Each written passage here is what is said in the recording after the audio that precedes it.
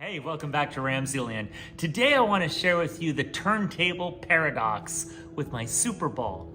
Check this out.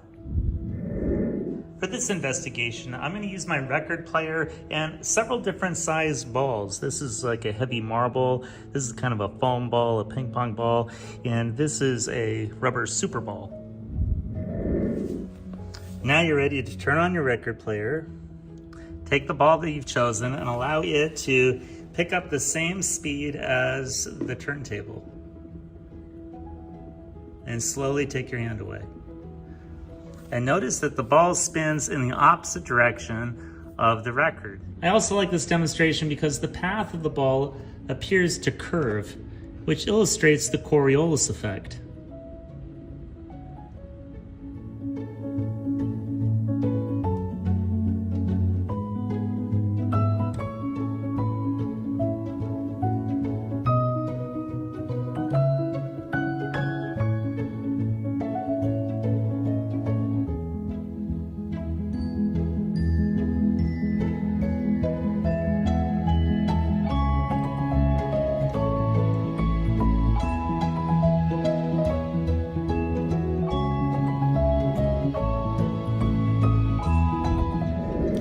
Remember, the Coriolis effect explains that as the Earth rotates, circling air in the northern hemisphere, instead of going in a straight path, tends to deflect to the right, while circling air in the southern hemisphere, instead of going in a straight path, tends to deflect to the left.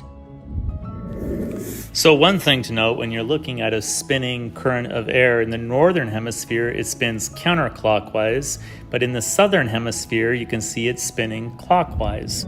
I hope you enjoyed today's edition of RamZland, and I'll see you next time. If you enjoyed this presentation, be sure to remember to like and subscribe.